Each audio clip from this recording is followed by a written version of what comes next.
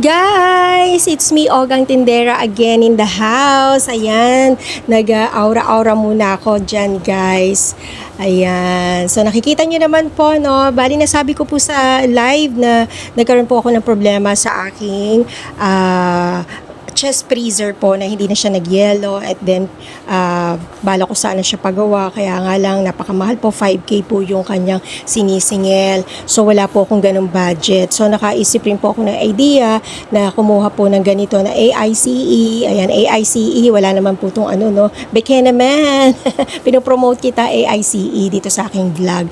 Ayan po, kumuha po ako ng mga item po ng AICE ice cream. So hopefully makatulong to sa aking negosyo, sa aking munting negosyo dito sa aking munting tindahan ni Ogang Tindera, guys. So ang ano po dito proseso ay one day lang po, may chat ka po na manager nila sa marketing department, and then may papadala silang tao, isi-CI kanila, at then after ng CI, bibigay na sa yung, wala naman siyang kontrata. Yan po yung pinipirmahan ko po. Yan po yung mga gamit na kailangan pag binalik ko rin sa kanila ay kumpleto rin po, katulad ng pangkudkod at saka po yung freezer, tsaka yung mga basket. So, ayan po. Buo po yung freezer, pero second hand po daw yan na, kumbaga, hindi na siya bago. So, pag may konting problema, report lang sa kanila. At ang laman po niyan ay nagkakahalaga po ng 3,550. Yun po yung magiging parang, unang pauna na, kasi yung ice cream na bibilin mo, maninegosyo mo rin yun. Kumbaga, sila yung supplier ng ice cream. Kumbaga, maliit lang din po, guys, ang tubo rito eh. At tatry lang po natin, magpapakilala po tayo dito sa pamamagitan ng AIC dahil summer po, at sana nga po magtagal po to sa akin. At the same time, magagamit ko rin po siya yung aking itong freezer na to sa aking mga frozen at sa paggawa ng mga yelo, no? At kaya ako kumuha nito para dahil wala akong freezer na makuha dahil ang laki po ng babayaran ko pagpapagawa. So ito instant na po. So yun po, no, ang aking naisip. So hopefully lumago ito, maging okay po siya. Mga mura naman, mga 12 pesos, 15 pesos ang mga items po na paninda ng AICE. So mga bestseller lang po yung binigay sa akin na items. Ngayon, pag-order ako, hindi naman po sa pilitan, kung hindi naman po siya masyado mabili, hindi ka naman nila pipilitin na mag-order. So every 2 months po or 3 months, kailangan 4 boxes po minimum na inyo pong o-orderin sa kanila. Yan, guys. So ayan po yung aking tindahan, no? At masaya ako dahil kahit paano na solusyonan po yung aking problemang hinaharap about sa aking freezer, chest freezer. Napakamahal po pala ng paggawa, lalo na kung pre-yun po ang sira. Actually, yung pong freezer ko, gumagana po yung pinakatangke, yung bilog niya sa itim, bulig na itim, lahat po. Ngayon, hindi po ma-resolve nung gagawa. Ang gusto niya, magbayad ako ng 5K pagkagawa, so hindi niya alam kung paano. So, kaya, ayan po. Pasok po kayo sa aking tindahan. Guys, kararating ko lang din po, namili din po kami ni Francis. Ayan po yung mga pinamili ko. At ayan po yung mga stock. Ayan pa. So, busy day po ng Saturday, no?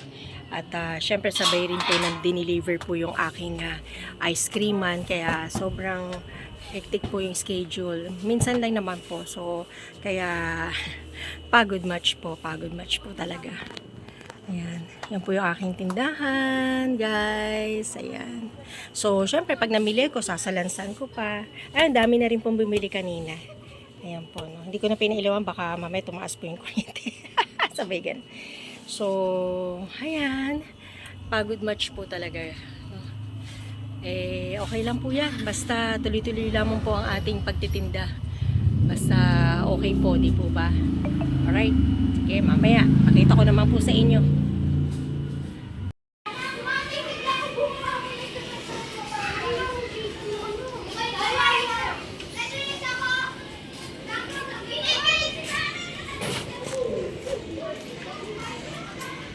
So guys, ayan, pasukin na natin yung tindahan. So na-arrange ko na po lahat.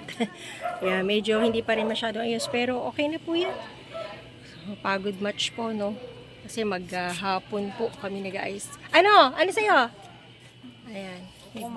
Coco Mama, sige po. O, ito naman po yung pang Monay peanut ko. May Monay latik din po ako, may Monay cheese din po. Ayan. Tsaka Monay chocolate. Iba-iba po yung flavor. Mas may North chicken po kayo. Opo, 9 po. Nor chicken daw.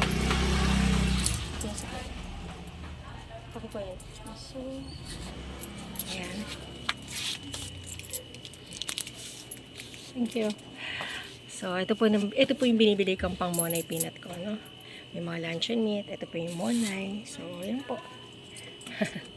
Naayos ko rin po ng maayos yung pagtitinda namin. Ayan. Eh, medyo may kahirapan po sa pag-aayos. Siyempre, mamimili ka. Pricing mo pa siya. Pero okay lang. Sulit naman yung pagod mo pag nakikita mo naman mabili yung paninda mo, diba? Ayan. In Jesus' name, thank you. Thank you po sa lahat ng support nyo, guys, ha. Guys, tingnan mo yung itsura ko, haggard na. Kaka-eyes sa tindahan. But anyway, thank you Lord, thank you God. Ayun po. So, marami pong salamat sa support ninyo. So, salamat po. At hopefully, tuloy-tuloy po yung ating buhay dito po sa ating pagtitinda, no? At kailangan maging masipag lamang po. Ako nga, di ba, nakikita nyo, lagi ako nagbubukas madaling araw, mapasabado at linggo, mapapakasyon ng bata. Hindi consistent po yung aking pagbubukas, no? So, sabi nga, early bird catch the early worm. Alright guys, marami pong salamat. Thank you so much. Ayan, marami pong salamat. See you on my next vlog. Thank you po. Thank you so much. I love you all. Salamat po sa support. Thank you. Ayan guys, no, nagagamit na namin po yung freezer po na AICE. At hopefully, okay naman po, mabili-bili din naman po. No? So, syempre, una pa lang kami, nagpapakilala pa lang po yung ice cream namin dito sa aming tindahan. Ayun po yung tindahan po. Si Mama po yung bantay. Nagluluto po kasi ako ng aming lunch, no? Yung ulam. Well, good luck to me, good luck to Ogang Tendera. Sabi nga, maging malakas po ang loob ninyo pagdating po sa konting negosyo or business po na kinakaharap ninyo po. No? Sa totoo lang po, dito po kami lahat umaasa. No? May estudyante ko, may autism ako, at kami mag-asawa at ang mother ko. Wala po kami mga work. Siguro may mga ala-alawan sa dumarating monthly. At si Francis naman po, konting kita niya po yung sa habang niya po, magkano lang naman po yun. Dalawa lang po yung kanyang hinahatid, no? So, okay naman po, nakaka-survive naman po kami everyday. So, yung kinikita rin namin ay pambayad po ng bills namin, Manila Water, at then po yung aming yung sa gas, pag nawalan po yung gas, mamahal po, no? Yung kuryente, yung wifi, yung tubig, marami pong sinasalo itong aming tindahan sa totoo lang. Pero, I'm so blessed kasi tiwala lang po, no? At sabi nga, pag may negosyo ka, face the risk, no? Ibig sabihin, susugal ka. Kinuha mo ito, itong aming ice cream, hindi natin alam kung kikita or hindi, pero think positive po palagi. Lagi lang tayong laban sa buhay, no? At pagka ganun ang mindset mo, you will be succeed, no, in your life. Kaya, at nawala lang kay Lord at good luck sa mga munting negosyo na katulad natin na Ogang Tendera. Ayan. So, power to the power, guys. No? Salamat po sa inyong mga support, guys. Salamat. Thank you so much. So, hanggang dito na lamang po. Till my next video. Bye!